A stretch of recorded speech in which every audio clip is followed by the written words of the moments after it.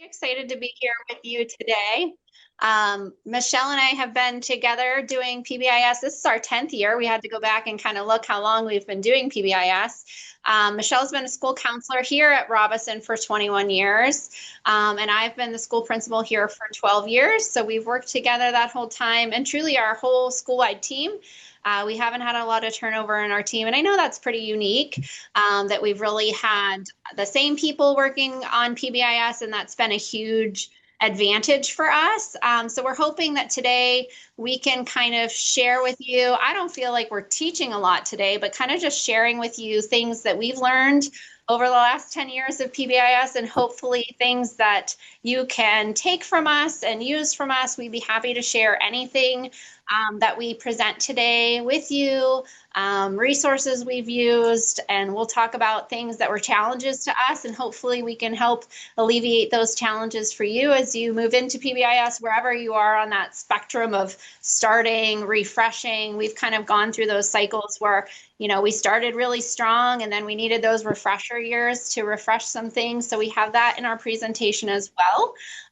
But yeah, so that's kind of where we're at and getting started with you today. So please feel free. At the end, we'll take questions, and Michelle and I will kind of share our contact information. I feel like that's always a challenge with anything new that you're doing, or even if it's not new, just finding people who have been doing this and can kind of partner with you, that you can bounce ideas off of and ask questions. We'd be happy to be those people for anyone who's interested in that. So just like any good school day, we like to provide an agenda of kind of what we're going to talk about today.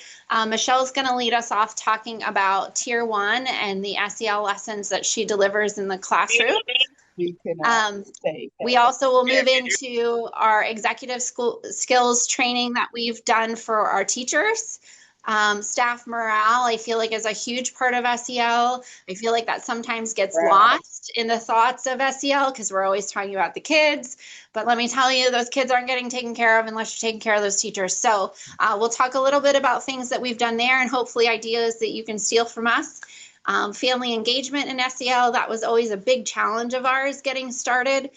So we'd like to share some things that we've accomplished there. And then MTSS dashboard might not feel like it fits into this whole SEL and PBIS thing, but I've always, as an administrator, tried to figure out how can we meld these things together. You know, we're always doing all of these separate things, PBIS here, MTSS here, SAP here, and we've really kind of developed really more of a document that's helped us kind of build all of that together, keep all of our kids straight, their information straight. And so we're happy to just kind of share that with you at the end too. It's hopefully something that you might be able to use. All right, so I'm going to talk to you about our Tier 1 SEL lessons that I deliver in our classroom. So 7 years ago, I started going into the classrooms to do lessons. So about 8 years ago, I approached Jenna with this idea of changing up the way I was doing lessons. Prior, I was going in once a month. And the elementary counselors and I had talked about, you know, really trying to find a program that was evidence-based. And so I remember approaching Jenna about this, and, you know, her hesitation at first about this idea of me spending half of my time in the classroom every day and what that was going to look like. Because at that point, I feel like we were putting out a lot of fires. I was doing a lot of reactive things, but I appreciate the fact that she was willing to let me try it out and give it a go and see if we could put some skills in place to make that change. And so our first curriculum that we used was Second Step, and we used that for 4 years. And then 3 years ago, we switched to a new program, which we're currently using, and that's Character Strong. And so I was just going to share with you a few of the things that I do during these lessons, because I feel like this has been a really great way to tie in the SEL with our school-wide based on all of the different resources that are available. But I also think that even if you weren't using this specific curriculum, you could take some of these same ideas and incorporate that into what you're doing as well.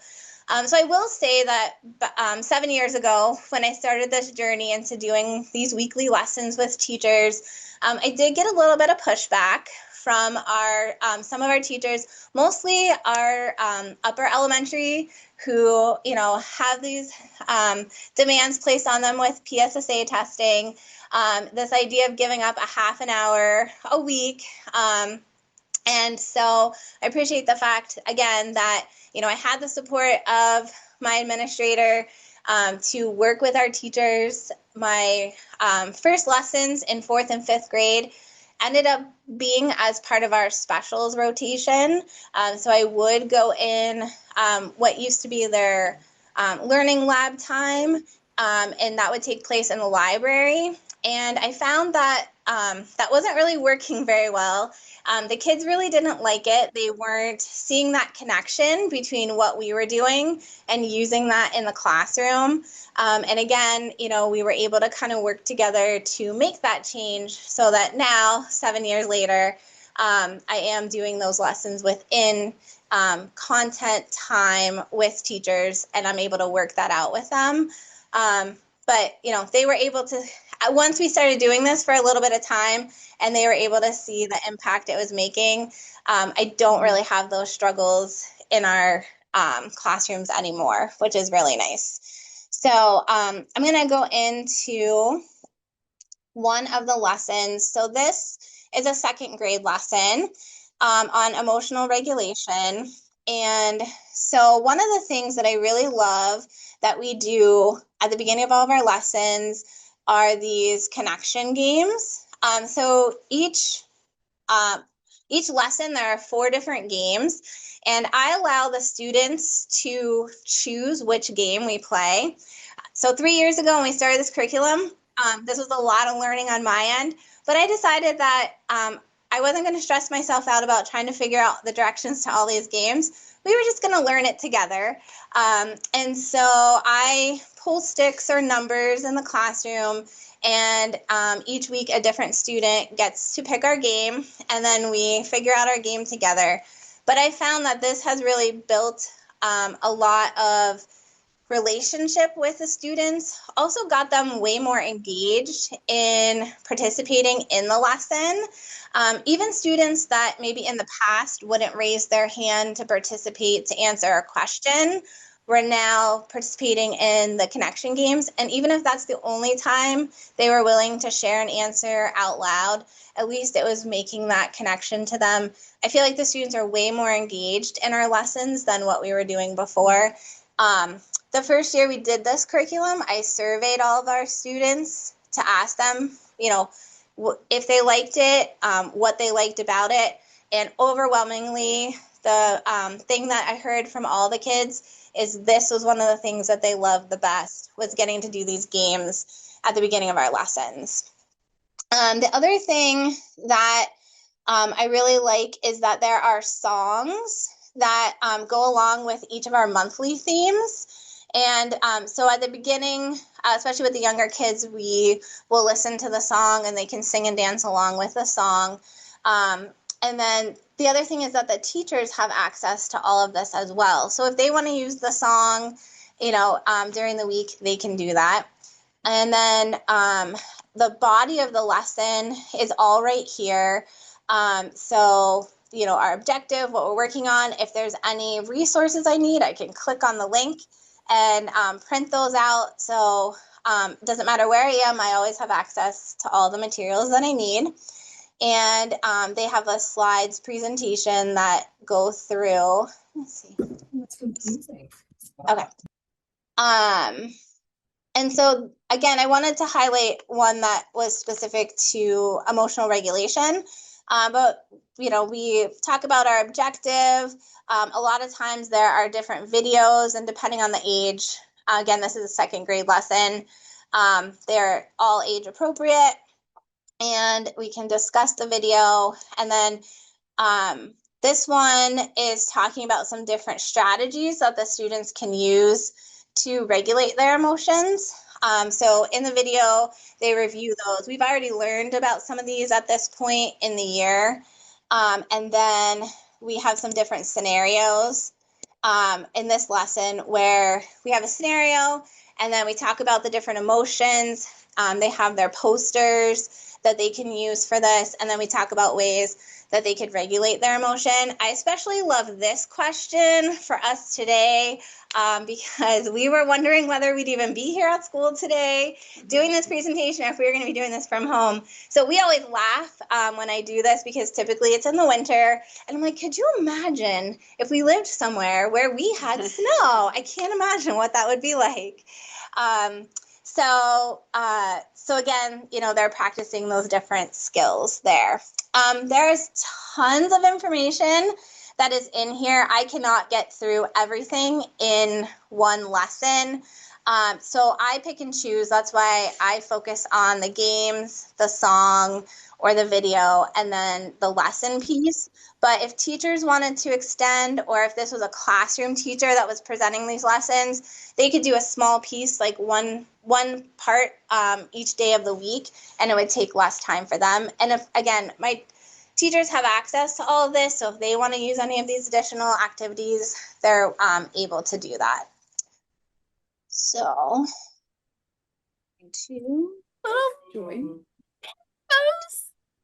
Guys, as we're shifting, there was a quick question in the chat. May I pose that out to you?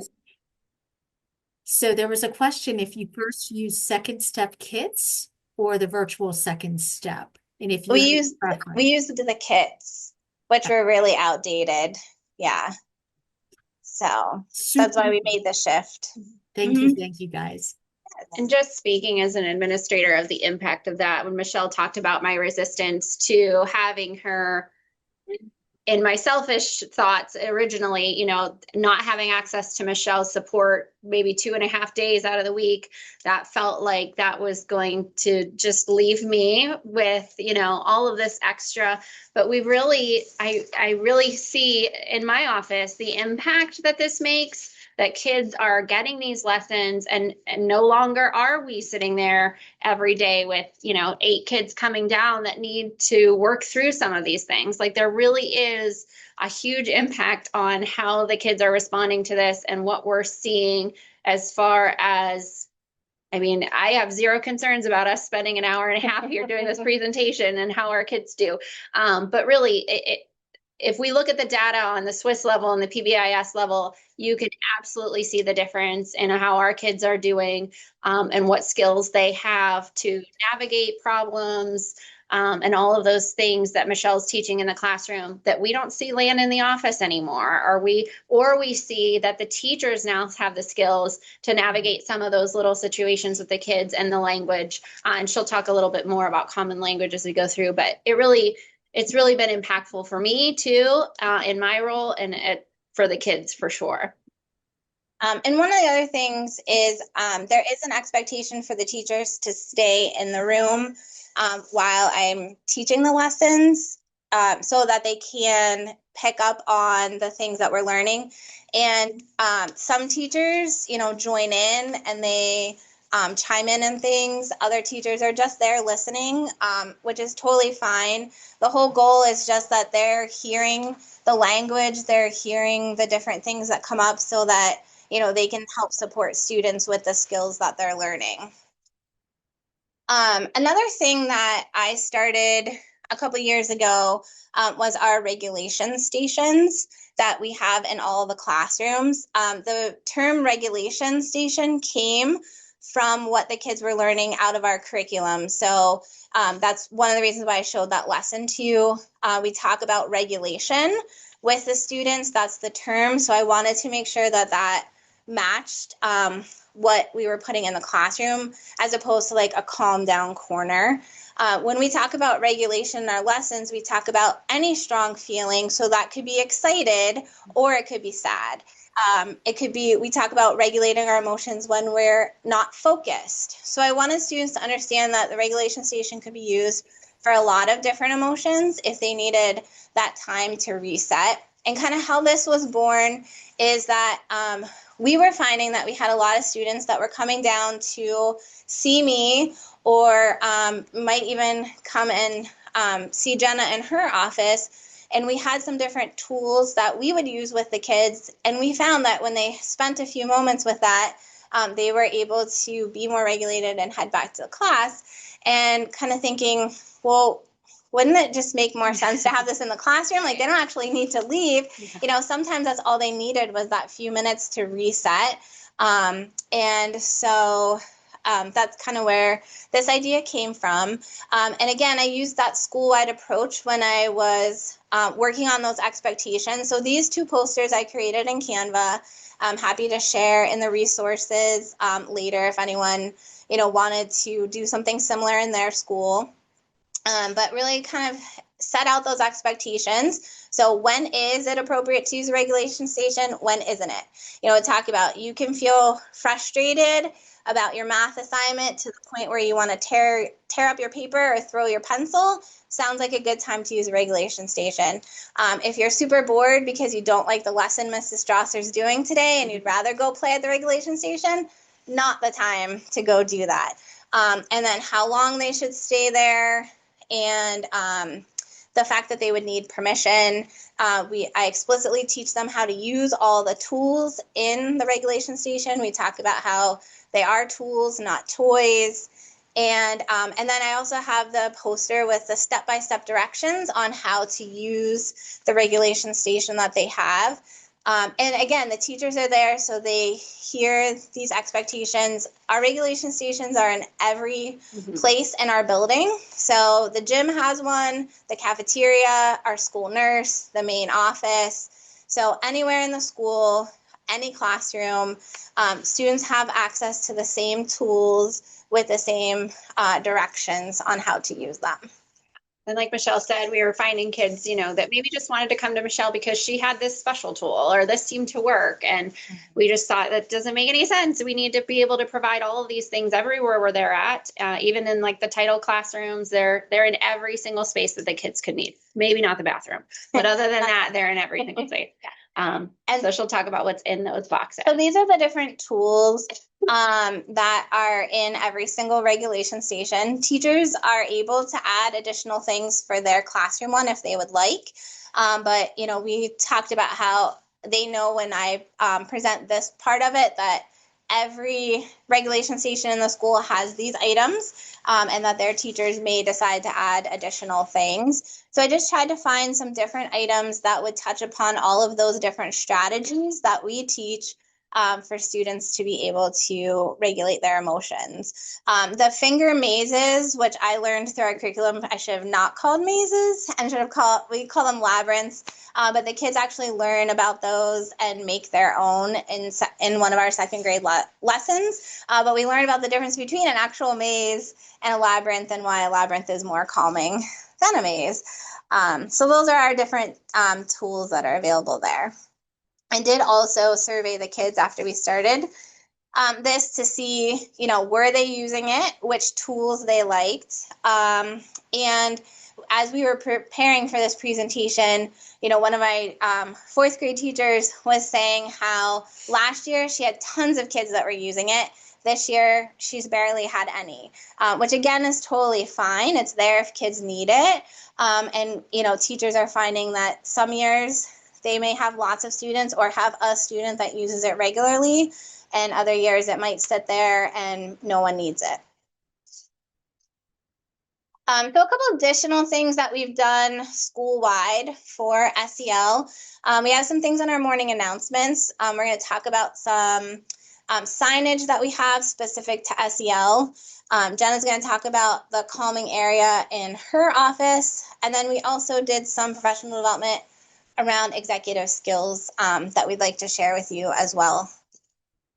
So this is one of the slides that I have in our morning announcements.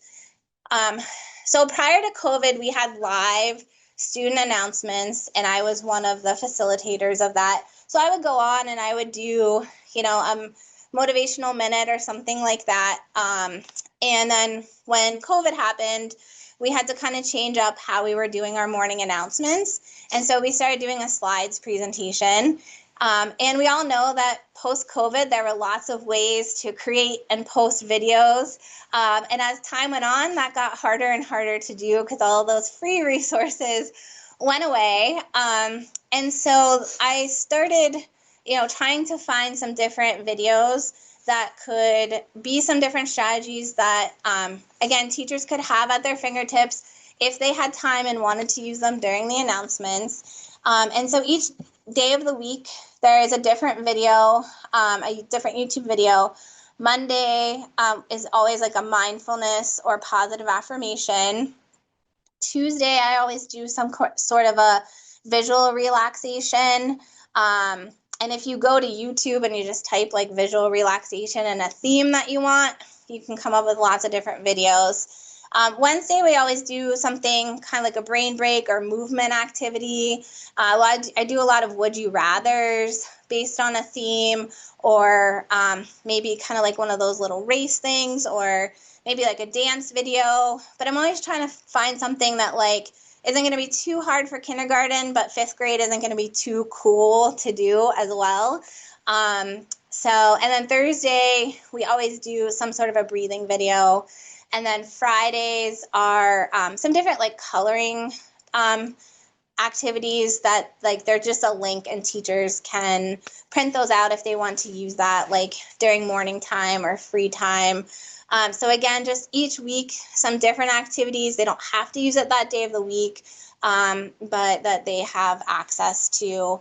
And I just go to YouTube and, look for the different activities and ideas that that we're looking for there. Yeah, I think the teachers have appreciated the kind of slower announcements that we do. They kind of can work through them at their own pace. We have kids that come in and they have an 8:55 special. So, before they were catching half the announcements and then heading, and they'd miss things. So this kind of gives them the opportunity. Some teachers do the first couple of slides before they go to special and then finish the announcements that way. As much as I hate that we don't have live announcements that the kids are doing, that was the sacrifice that we had to give up. But I feel like they might say, this is the day we really need to spend a lot of time on Michelle's slide and we're going to do a couple of activities. Or, if they don't have time for that day, but it's available to them. And I feel like the teachers really enjoy that and it's worked out really well. Another thing that we incorporated this year is adding some of the posters from our lessons. So this tree of choices is the way that the kids learn how to solve conflicts. And so just like our regulation stations, these posters are in every space in our building. I was able to, like through the curriculum, you have access to a digital copy, which we have the rights to be able to make into a poster. So we connected with a local company to have them make these into bigger posters. And then the feelings one, K to 2 are the ones with the little characters, and then 3 to 5 is that more expanded emotion vocabulary. And so depending on, like in some of our special education rooms, depending, like some of the teachers might have both posters depending on the age level they're working with, or pick one to use. So again, this is just, available in the classroom. I can reference during lessons. Teachers can reference them if they're working through a conflict or trying to help kids identify a feeling that they're having. They're in the cafeteria everywhere, that the kids can view those and remember those skills that we're working on. And as Michelle was saying, like we tried to really school-wide SEL, take this SEL component and how do we make sure that it's the way we do everything with school-wide, that it's everywhere, that it's common language, that our school police officer knows about it, and that the cafeteria team knows about it. So in my office, Michelle's been great and given me all of these resources as well. So when I am sitting and talking and working with kids, I have the cards in my office. They're Velcroed to the wall so the kids can, pick one, look at them, bring them down. We can talk about it. They can change their mind and stick it back up. I have the posters in there as well. I really have tried over the years to shift the mindset of the principal's office that it is not a space for, consequence only. It's a learning place. So I have this calm corner in my office, and that's where we spend most of our time. There are some issues that rise to the office level where they don't get to go to the calm corner and they have to come to the desk. But we have that space as well. But so much of what I do in behavior is teachable as well. So a lot of the times we sit in that space and we work through things. We look at those emotions. We think of the emotions of other people that were involved in the situation, because I've never, ever looked at discipline as something that just needed, to attach the consequence and send on their way. I've always felt like it was my job to reteach and hope that behavior doesn't repeat itself. So if I'm not doing something in that space to not make the behavior repeat itself, then I don't really feel like I'm doing my job. So I try to make it a comfortable space for them. I have behind my tree is where my regulation station sits. So the kids have that as well. And, oftentimes we just spend time in there learning about what was going on. And I feel like getting on their level, sitting on the little cushy chairs there, helps kind of build that rapport too, that we're always trying to work and always trying to just be better. So I also have kind of a student showcase on my wall in my office. It's 90% for the kids and 10% for me. It keeps me going. It's a little bit of my SEL that reminds me of why I do what I do. But the kids that get excited to come in and say like, oh my gosh, that's my brother up on the wall. And, sometimes it's a showcase for something that was, an improved test or, something positive that they did in the classroom. And a lot of times some of those friends that are on the wall are the kids that struggle the most. And it's a picture of them on their best day, so that when they are in there, maybe for a negative thing, they're reminded of the moment when they were there for something more positive. But I just try to keep that space. And these frames are really great. We have them, we'll talk about our Bison Wall of Fame. They're the frames that open. So very quickly, a kid earns that, or we put it up there, just open the door, stick it on and close the door. And it actually kind of creates like a little memory file too. We can look back over the years to see what kids were, in that space. And it just makes it easy. If they were formal frames, they would get changed once every 15 years. So because they're really easy to access, we get them changed quite a bit. And the kids are excited to hang their picture up in the wall or see their success up there as well. So this was something, again, I have to give Michelle a ton of credit for getting launched with our team. We hear all the time that behavior is the biggest challenge. These kids are just coming to school different than they used to, and their behaviors are so extreme and so difficult. And that's, I feel like, the thing that burns teachers out the most. But our mindset has shifted with our teachers, and I'm very proud of that it's not really behaviors that are worse. It's that kids are coming to us with less skills. I shared with Michelle. Michelle was in a meeting with me yesterday with one of our teachers, and she was using this language of executive skills that this child was struggling with, and not about behaviors. It wasn't that she's lazy or she can't do anything or she refuses. It was like, wow, she really struggles with that task initiation. And I was just so proud to know that we've come that far, that we're talking to parents about what skills their kids are lacking and not what behaviors we're seeing. And I mean, we do talk about what that looks like in the classroom, but it's just such a different mindset. You tell me that my kid is lacking skills, I want to help, build that. And our teachers want to do that for them. But when you just talk to me about how bad my kid is, that feels very different. So I'm very proud of our teachers that we've kind of made this shift. So you'll hear a lot in Michelle and I's presentation that we don't really start things with this is our next plan. Everyone sit down, shut up and listen. We're going to deliver it to you, and this is how we're going to do it. We ask a lot of questions to our teachers. What are you struggling with? Like, talk to us. What are these things that you think are the biggest challenges in your classroom? So I think Michelle and the school team put out the survey to the teachers and asked them, fill this out. Tell us what your biggest challenges are so we can get some resources for you. We're not the experts. We're not going to tell you what to do, but we're going to get resources for you to figure out how we can help with this in the classroom, because that's what we want to do. So we put out this survey to our teachers, and they were able to identify 3 specific skill deficits that our kids have. And we worked with the IU to kind of create a presentation of, what that looks like with kids and how we can help improve that. And it really was eye-opening for all of us. Michelle talk, I don't know, I'm starting to talk over a slide, but it was just eye-opening for us to acknowledge that we all have these deficits. And yeah, I'm already starting to talk about Michelle's stuff, so I'll let her go here about how we kind of transitioned their survey into what we delivered to them. So like Jenna mentioned, we surveyed the teachers on those executive skills struggles that their students were having, but we also had our teachers complete an executive skills questionnaire on their own. And then in our first session that we did, so we did some mini PD sessions because we have morning meeting time for a half an hour in the morning. So we don't have time to do one long presentation.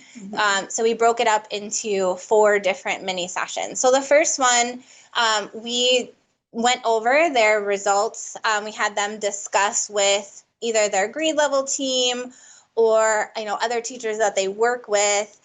What were their strengths? What were their weaknesses? Were they surprised by any of those? How does that impact how they work with the students in their classroom? One of my most favorite comments, I think, was when teachers were like, is this supposed to be my work self or my personal self? Because I think a lot of us recognize that our work executive skills may be way better than our personal executive skills.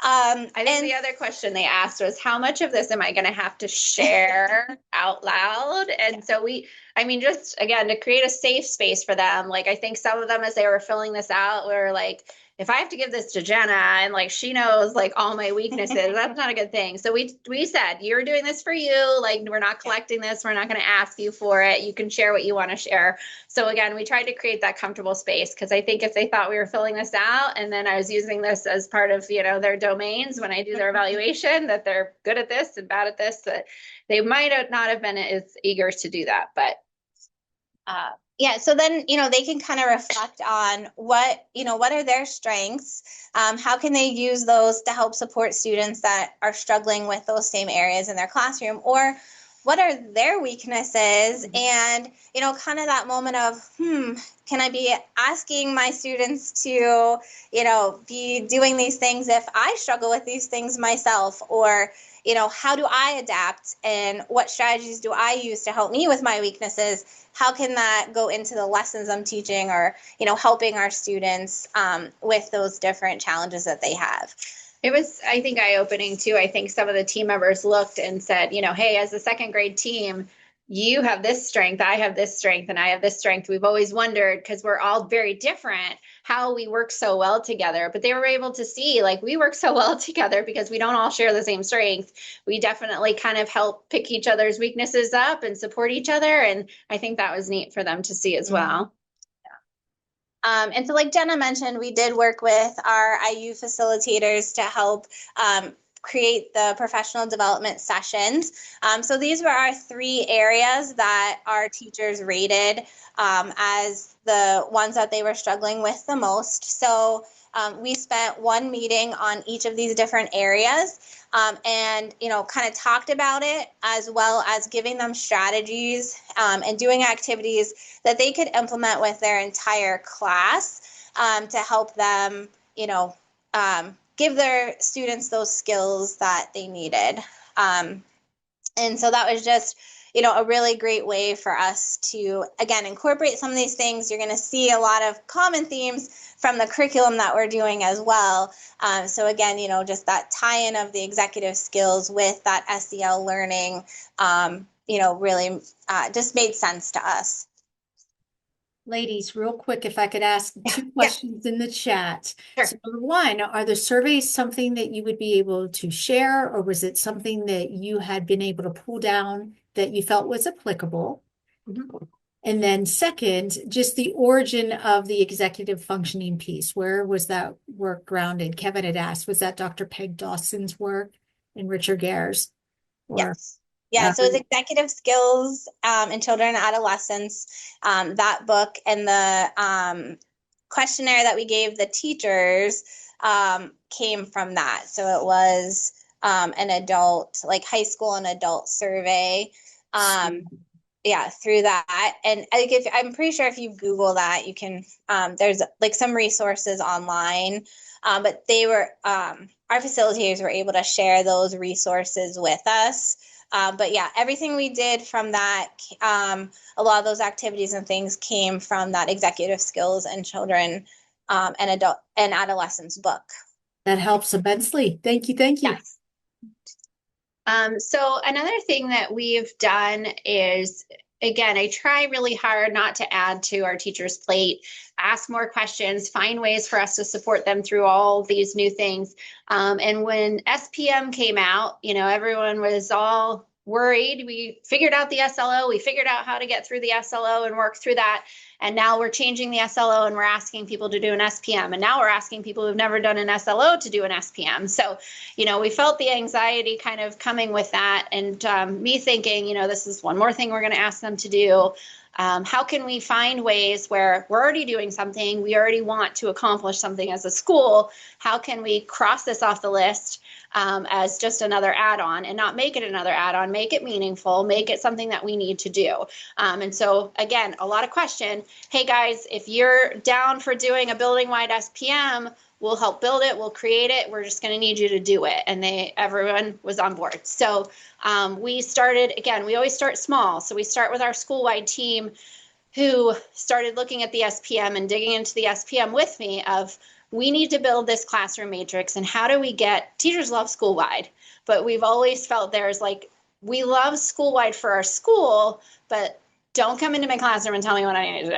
So, and I think that's what everyone feels, because like they feel like they have the control in their classroom and they like to do things a certain way. And so we were trying to figure out how do we get into that classroom piece of PBIS without it feeling like we're coming in and telling you what to do. And I feel like our team, again, when it comes from the team, it's not coming from me. I'm not saying, hey guys, this is the year for school-wide PBIS or classroom PBIS, get ready, we're doing it. The team is saying, hey, we have this SPM. We are ready to start looking at how our classrooms are structured and creating that matrix for your classroom. We want to help you do that.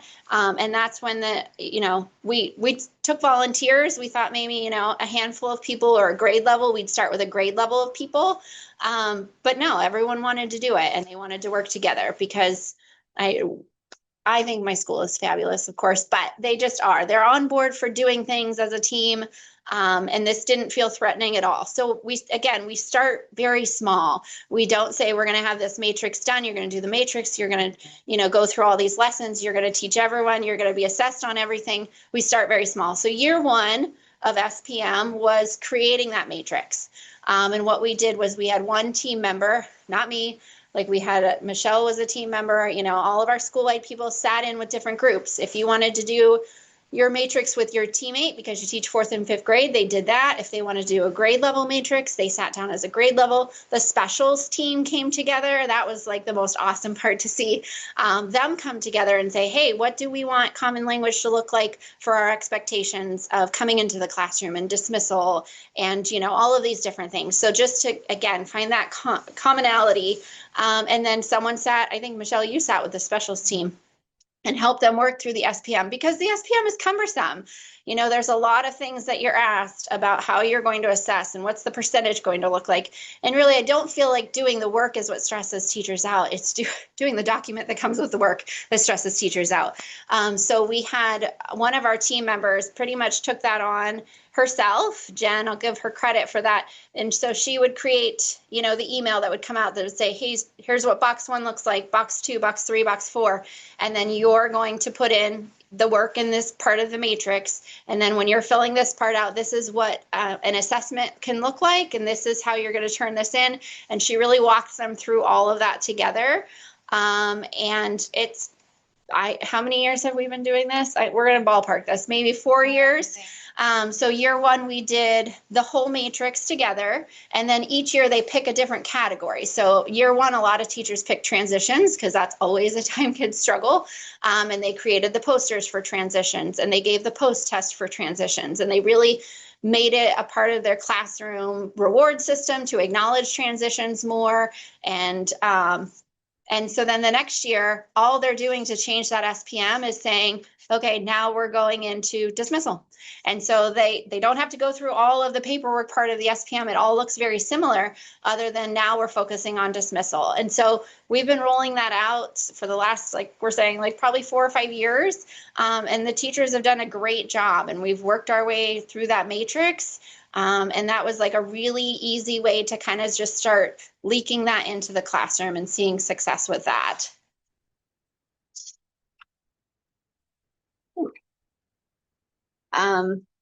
So the rest of a lot of this is just kind of things that maybe would be helpful for you in your school if you feel the need to do these things for staff morale. I am a huge Simon Sinek fan. I follow a lot of his leadership videos and philosophies, and one of the things that he says that is kind of what I try really hard is that leadership is not about being in charge, it's about taking care of those in your charge. And I've really tried to make that a part of our school-wide team. You know, I'm not the only leader in this building. I think of our school-wide team as leadership. And so they've kind of taken on that piece of taking care of our teachers as part of SEL and as part of school-wide, just as much as taking care of our kids. Because truly, in my eyes, I don't do the job of taking care of the kids. The teachers are the ones who are doing that. And if we're not taking care of them and they're not doing well, then they can't do the job that we need them to do for our kids. So we had a presenter come in, Mark Schumacher. He's a comedian and former teacher, and he presented to our district. He was a district presenter on our first in-service day this year, and talked about different things with kids. But at the end of the day, the most important thing was to be their person. Be their person, be that person that they can go to. And so one of our school-wide team members created these little tickets that I'm holding up there as just a reminder. We had the teachers put them in their classroom, either put it in your window as a reminder every day, pick a person in your classroom after the first couple weeks of school that needs you to be their person, and that you're going to work on being their person all year, every day, even when it's hard. And so we just kind of use that as a little visual cue for them to remember that and kind of take that into their school year, that maybe academics aren't at the top of the list for that person that you wrote on that back of that card, but being their person and making sure that they're feeling connected here at school is going to be your goal. And so the teachers all have that card in there. I put this picture in here because in the background, you'll see like a little sign that says, these are the days that we live for. I also had the teachers, I think it was last year or 2 years ago, come down with a student that they were proud of, a student that they were proud of the work that they did with that student. And when I look at that board, I look at some of our biggest challenges in our school, but it makes me feel good that at the end of the year, that was the kid that they were most proud of, probably because they showed the most growth. And so we have this little wall in my office of all of these kids that, the teachers got to recognize. And all they said to the kid was, Mrs. Hopkins asked me to bring a student down that I'm really proud of this year. And so it was honest, but it was really more about proud of what they've done for that child. But the kids were feeling very proud that their teacher selected them, and we got to showcase them. So we had like a little Polaroid camera. We took their pictures and we kind of created that board. And it's a nice reminder of, all the great work that happens in our building and with, some kids that really need a person for sure. Another thing we started this year, he's kind of goofy, is our little carrier pigeon. You can see him there, for $12. We ordered him off of TikTok Shop. And I passed him out on the first day of school with a little note to a teacher. And I shared with the teachers that he'll be flying around the building, throughout the year. And the teachers are the ones who write notes to each other in support, in recognition. And I actually before we started this presentation, I said to Michelle, I haven't seen the pigeon in a long time. I don't know if he's been out there or if he got knocked off someone's desk on the second day of school. But when I reached out to just ask if anyone had the pigeon, I found the classroom that he was in, and I found this note attached to it. She told me it meant a lot to her, and other people had said, you know, I had him at this point, I had him at this point, I had him at this point, but I don't have him anymore. So he definitely has been flying around the building and kind of boosting morale, teacher to teacher, you know, not just me. I think they know, like, Jenna always has to cheer us on, that's her job, but to cheer each other on, I think helps build culture and morale in our classroom, in our building as well. So another silly thing that we did was we ordered these magnetic socks for all of our teachers. They have magnets in their hands, and they like form hands together, they join hands. And so we sent out this silly email. I sent out an email one night, you know, I can't wait to see the smiles, laughs, and magnetic moments throughout the day. Thank you for all you do for our students and each other. Together we stick, especially for the holidays, and didn't really tell them what it was about. So they all were, you know, messaging each other like, what is Jenna doing? What's happening? And so they came in, they got these socks, and it just laughter, you know. Again, in our classrooms, we try to make things fun. So kids want to come to school. I feel like adults are no different. Making things fun here. We had a great day of everyone, you know, walking up, and their little magnetic hands would join, and the kids would get a good laugh out of it, and the teachers had a good time with it as well. Another thing I like to do is cancel faculty meetings once in a while and just send the faculty agenda in an email and ask them to do something silly. So this one was a surprise in place of our faculty meeting this morning. Have fun with your team on a photo hunt challenge. My teachers are as competitive as all get out, and all it takes is to say that there's going to be a winner. They don't care what they're winning. They just want to be declared the winner. And so they earned certain number of tickets into like a drawing for however many pictures that they sent in. They'd probably be mortified that we were sharing these, but we didn't tell them. But we also have like a band app that we communicate across the building in. So they were sending these through the band app. So not only did I get to see everyone's submissions, they all got to see them, and we're laughing about, you know, everyone's ridiculous submissions. Here you have hashtag I couldn't do what you do, and they have, you know, one of our maintenance guys, Ryan, funny faces, you know, there was all kinds of different ones, and they did. It was fun to hear them running around laughing and doing that in the morning instead of sitting in my faculty meeting. Another couple things that we've done over the years, we've done like the Secret Spirit Weeks. If you ever need ideas for that, we have all kinds of ones. We've done a couple so far that have been fun, and the kids can't believe that it's something that they're not included in, but they have fun trying to figure out what that's going to look like the next day. The other thing we've done is like the radio call-in games, you know, caller number 9, you can figure out this trivia, and the kids are screaming to get their teacher to that phone.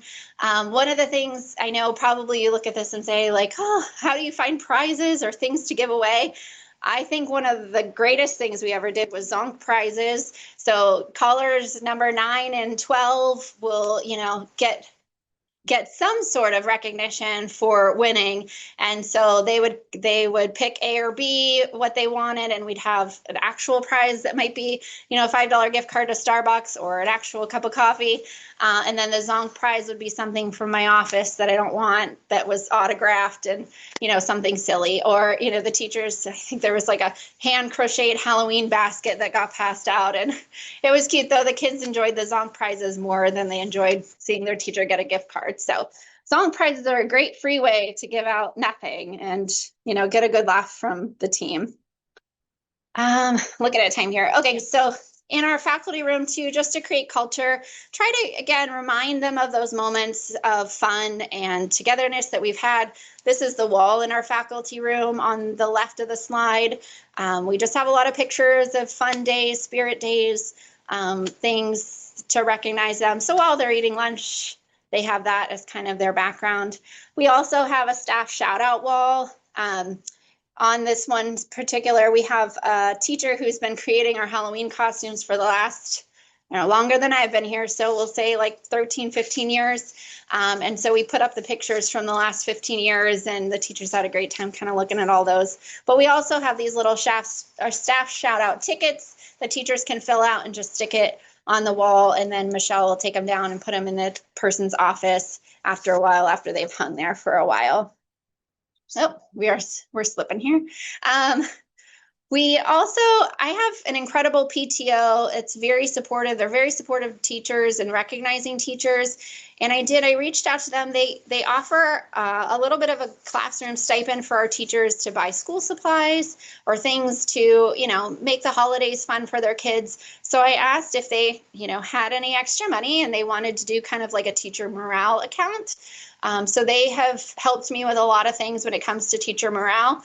This was their idea, to have a barista come in one morning and do coffee for the teachers.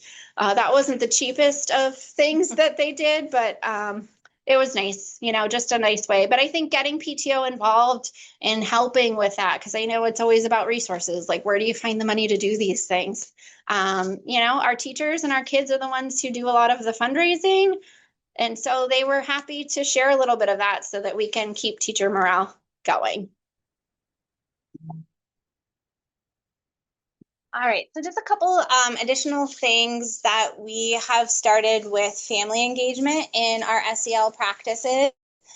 So with the curriculum that we are doing with Character Strong, we do have monthly newsletters that I can send home. They're specific to each grade level and talk about the different skills and topics that the students are learning about.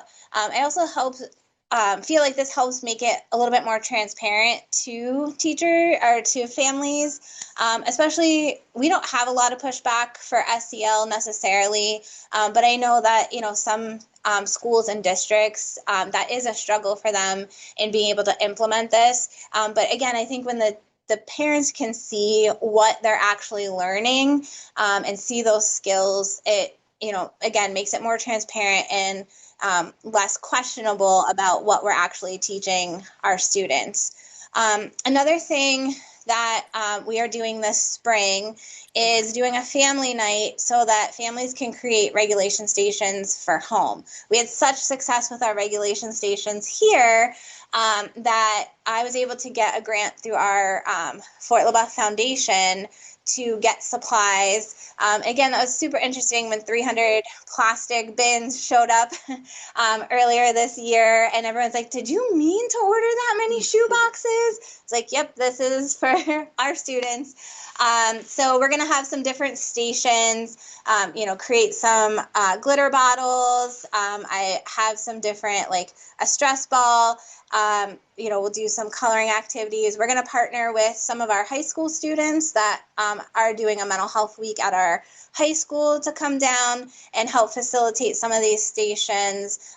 Again, teach the families about the different skills and give them a tool that they could use at home to help regulate emotions. As a parent, I know my kids' regulation at home is way different than it is at school. So if we can, give parents some resources of things to try at home to help, we're all about doing that.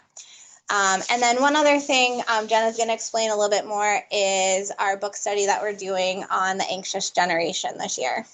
Yeah, so again, this started with just reading this book on my own and starting talking with teachers about the things that I was learning by reading this book and, having young kids myself and having those discussions to us as a school, but also, mom to mom or mom to dad of the relationships that we have with the people in the building. And so I had a couple other people say they wanted to buy the book and to order the book. And then so over the summer, I just sent out a message on Band saying, hey, if anyone wants to book study this and get together throughout the school year and talk about ways we can help support our kids because of the anxiety that we're seeing with kids, let me know. And so day one, we walked into our first Anxious Generation meeting. We had 17 teachers who had the book and were either in the process of reading it or had already read it. And so from that, again, like, not saying we're all going to read this book, you're all going to take a chapter, you're all going to be, you know, involved in this. By just like putting it out there, the teachers were so excited. They're already helping Michelle and I work on planning a professional development night. We've got a presenter that we're going to bring in talking about, you know, technology and kids and educating our parents on the things that are happening with kids and technology. They're working on coming up with different things so parents can bring their kids to that night and have kind of like a STEM night for the kids that'll be entertained, because we know we can't get parents to come in if we can't do childcare to help them with that. So, but again, if Michelle and I were trying to plan this on our own, it would never be able to grow into what it is. But having 17 people who were excited about this, it's honestly one of my favorite morning meetings to go to, because it's just a group of people sitting down and just talking about not something we've been mandated to do, but something that we read about, we're learning about, and we want to help our families and kids do, has been just a huge joy. I can skip over the next one. Do you want to talk about the MTSS thing? That's okay. Okay. Do this. Do this. Yeah. So just real quick, we also created a Google form to confidentially have families be able to reach out if they needed help this year. Again, we just know there are some circumstances going on that are making it more difficult, you know, for families. And we have a lot of different resources, but we often find that sometimes it's hard to get families to be willing to accept help. So this kind of came through our SAP team, just looking at additional ways that we could support. So the form has two parts, because again, like, we didn't want people to think like, well, if I, you know, do this, then it's only for the people asking for help. So we asked for families that would be willing to help, and then also families that need assistance. And they don't know who filled out the survey, only I do. And then we were able, before the holidays, to link families that wanted to help with different items. I did like a sign up genius. And so, you know, they could sign up for specific items that they wanted to do to help. Overwhelming amount of families that wanted to help. We didn't get a ton of people that put in for the need for assistance, but our hope is that if we continue to do this, and this is like a year-long thing, so it wasn't only at the holidays. At any point, you know, a family could fill that out, and we can connect them with either resources through our own families or, you know, through our SAP team and our community to help support them. And the families that it did help, it immensely helped, and they were so thankful for that support. Again, one of my challenges always is trying to figure out how to do all of these things together, you know, PBIS and SEL and MTSS. So one thing that we've just found successful this year is we created a dashboard for our MTSS kids. And in that dashboard, we created one that looks like ours, but it has fake names and AI students.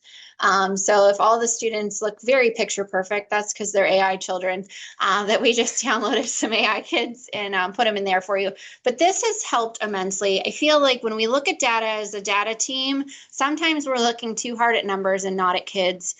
So this really puts a face to what we're talking about. And I feel like that humanizes all of us a little bit more, that we're talking about Haley. We're not talking about, you know, that she was an 89 and an 89 and a 90, and that looks like progress. You know, we're really talking about her. We put in here, there's links for each of these of, you know, a referral that goes in there, observation notes that can be kept in there, and then our team notes every time we meet about them. It's all kept in one space, which is super helpful. So I'm not going and saying, where's Haley's notes? You know, I'll go to that file, I'll go to this. It's all in one space. So this dashboard has just made our lives really easy. And we felt like we couldn't, you know, sit here today and have all of you here and not be able to share something that made life easier for us. So if it makes life easier for you, that makes us happy.